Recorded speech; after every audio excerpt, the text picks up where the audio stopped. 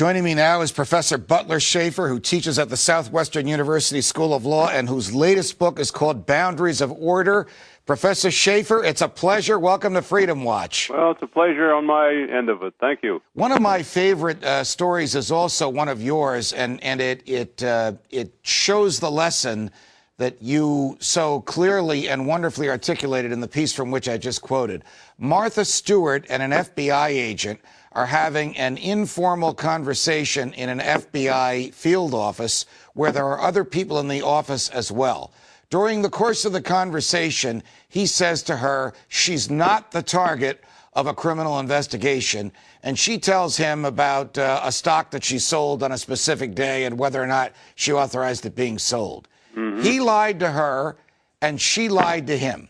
Mm-hmm. He kept his job, and she went to jail. Right. What is it about the government that if we lie to the government, we can be prosecuted and incarcerated, even if the government knows we're lying and no one was harmed?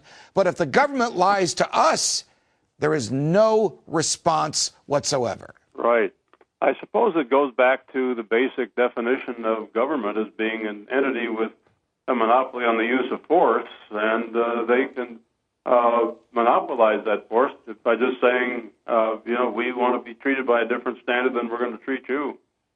But when you think about it, the people that work for the government in a democracy work for us, so they're our employees. That's the way it's supposed to be. How could we possibly tolerate? What employer would go along with an employee knowingly lying to him with impunity? And yet the government does it every day in a million ways. Right.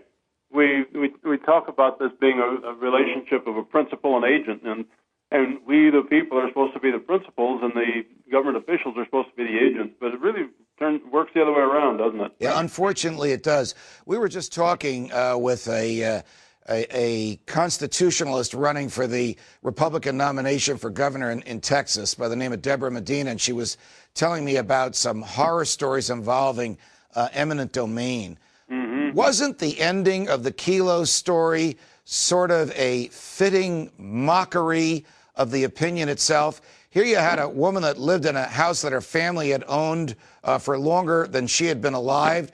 The city of New London, Connecticut, condemns the house to sell it to a private developer so that the developer can develop a parking lot for a drug manufacturer, Pfizer. They take the house, they're about to develop the parking lot, and the drug manufacturer leaves town. Yeah.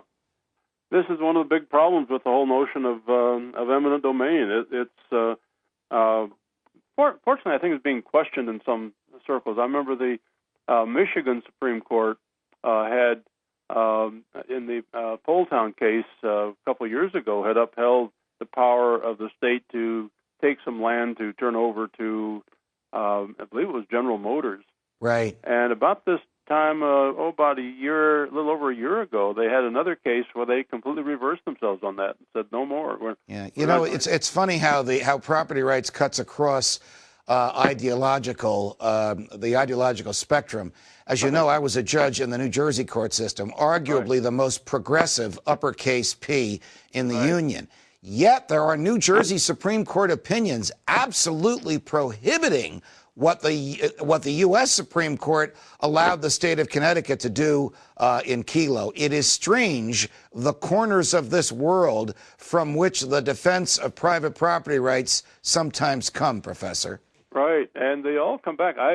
When I start my property classes every year, the first case I have them read is the Dred Scott case, and begins with a question of self-ownership. Do you own yourself? Right. And from there on, everything just kind of falls out from that. Well, if you own yourself, don't you also own those extensions of yourself that you require in order just to live? And this includes other property forms, includes income that you earn, it includes the clothing you wear, includes everything. And it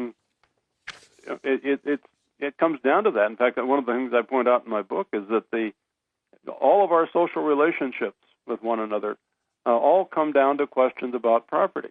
Right. And how much of it will let the government take and what will let it regulate? Professor Butler Shaffer, it's a pleasure. We hope you'll come back. Thanks for joining us on Freedom Watch. Well, thank you.